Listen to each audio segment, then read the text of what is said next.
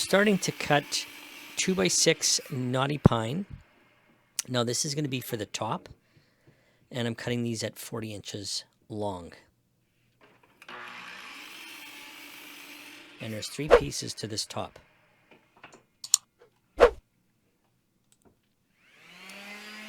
Now before I do any glue up or anything like that, I like to sand down my pieces. And I'm just using an 80 grit. This is just to take all the oils off, and then I'll do a final sand when everything is complete.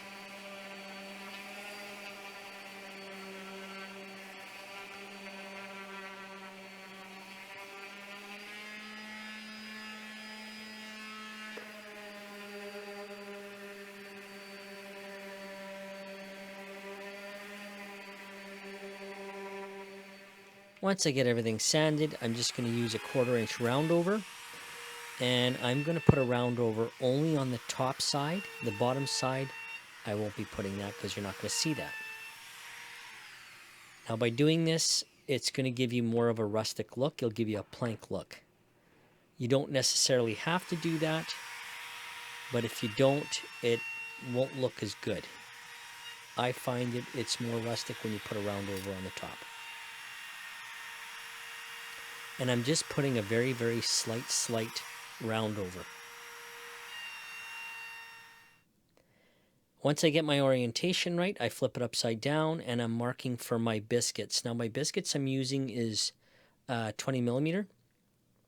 And I'm going to be using 3 biscuits per board. You don't need a whole lot. It's only for alignment, not for strength. And it's only 40 inches long. I'm going to number them 1 to 3 so I know my orientation during glue up. Once I get everything marked, I'll run my biscuit joiner and cut in my biscuits.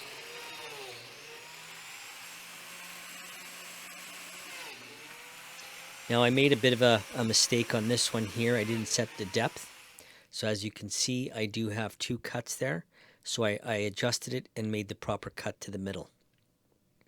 Now I'm running my glue all the way across. Now you don't have to put glue where the biscuit joints are.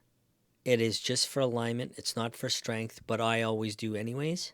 But you don't have to. I'll run my 3 biscuits and I'll apply a little bit of glue on top of the biscuit and join it that way. Again, you don't necessarily have to glue the biscuit joints in place.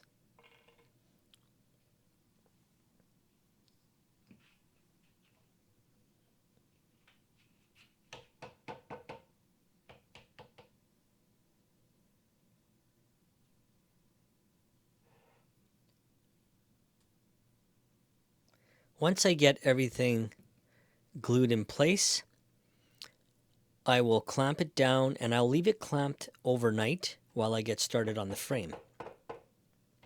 Now you don't need a lot of pressure doing glue up. I do apply a little bit of tension, but not too much.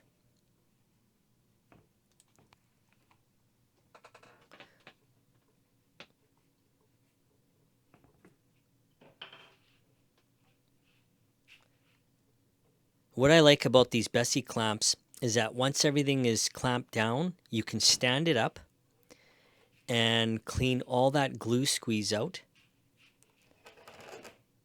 And then you can tuck it away in the corner and it's out of your way. And I'm just using a little bit of water to clean out that glue squeeze out. Getting started on the frame, I'm using 2x4s, knotty pine. I'm cutting these to length.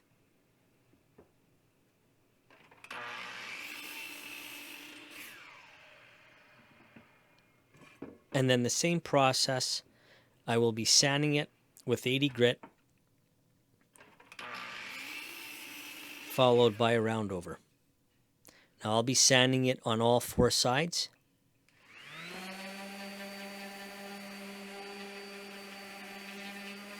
Now these pine comes stock like this, where it's cut, milled, so there's not a lot of sanding involved.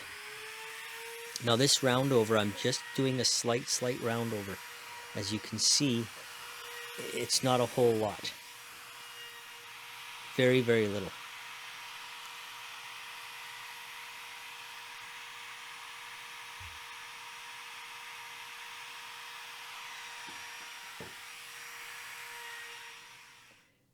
Now getting started on the frame itself, on the rails, I find that the 2x4 is too thick.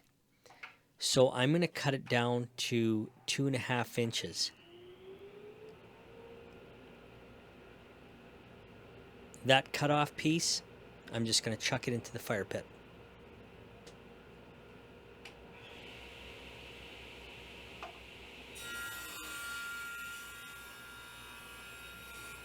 And I'll be cutting 4 pieces like this.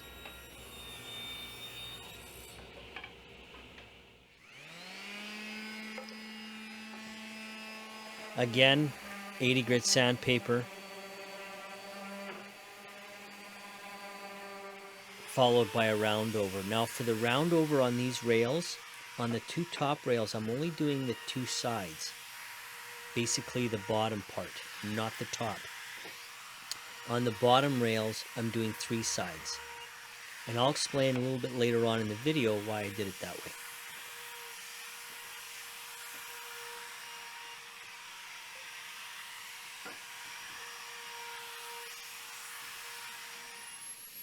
To join this, I'm going to be using pocket hole screws. You're not going to see them. It's quick, fast, and easy, so why not?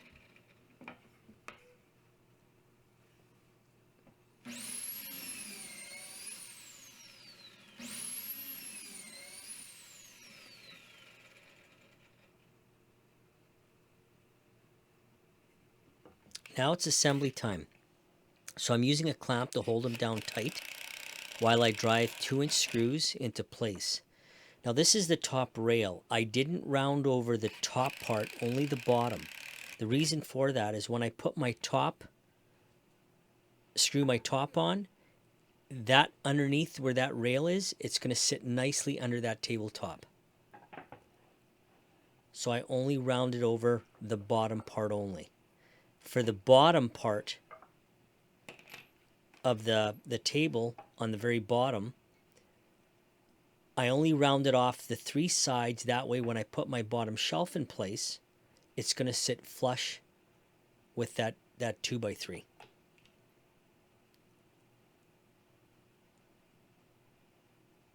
Once I get this top rail secured in place, I will flip it over. I'm going to mark 2 inches up on each end, and that's where my other bottom rail is going to be.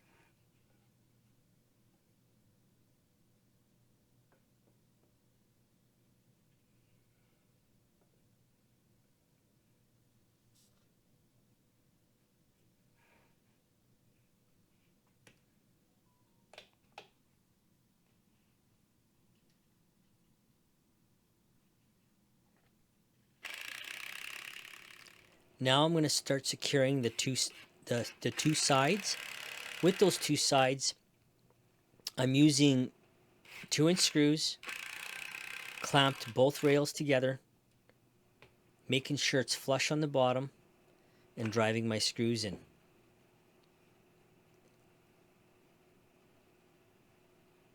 And I will be putting one on the bottom, one on the top on each end.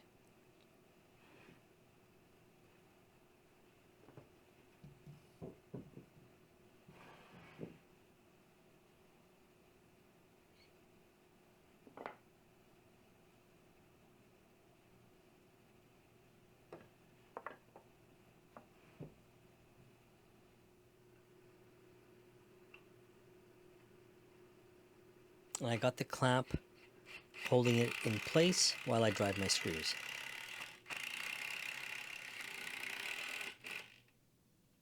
Now to get started on the plywood, this is maple plywood that I'm using. And I'm just driving 1.25-inch screws to secure that in place. Now I'm using my clamp to clamp the plywood flush on the top side, even with that 2x4. Then I'm driving my screws in place. For the sides, I'm using 2-inch screws, and I'm using 3 on each side, and I clamped my top all the way around while I drive those screws in place. For the front and back, I'm using 3-inch screws. Now you can use figure 8 clips to secure your top, but for something like this, I like to just use screws and drive them all the way home, all the way around. And I'm using 3 on front and back and 3 on the sides as well.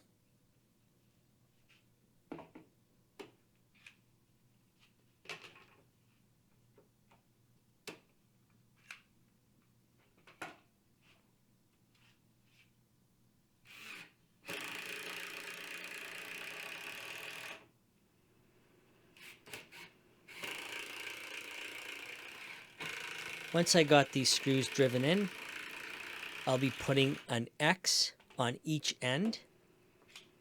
Now this is 1.5 inches by 1 3/4 inches.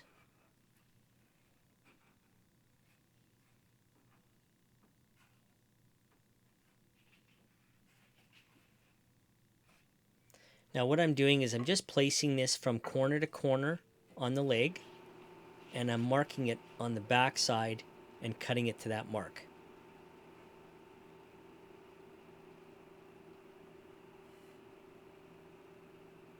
Once I get those all cut, I'll drive them in with brad nails. Then I'll countersink the brad nails and use wood filler to fill them in.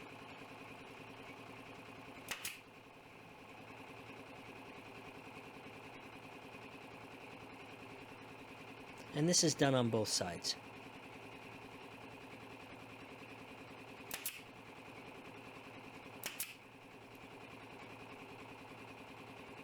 Once this is complete, I will do a final sand with 220 grit sandpaper.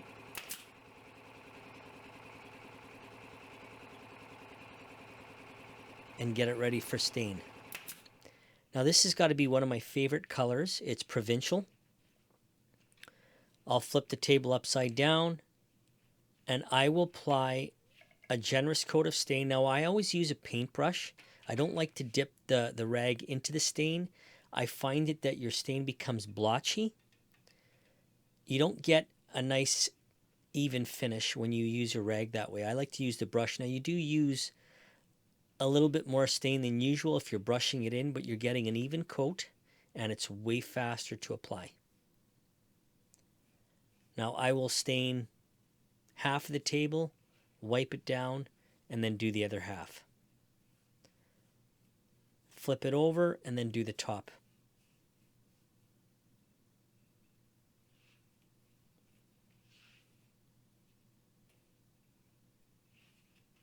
And this will sit for about 4 hours before I spray a sand and sealer from Omega Coatings. I will sand within 15 minutes of spraying my sand and sealer, followed by 2 coats of Veracure 20.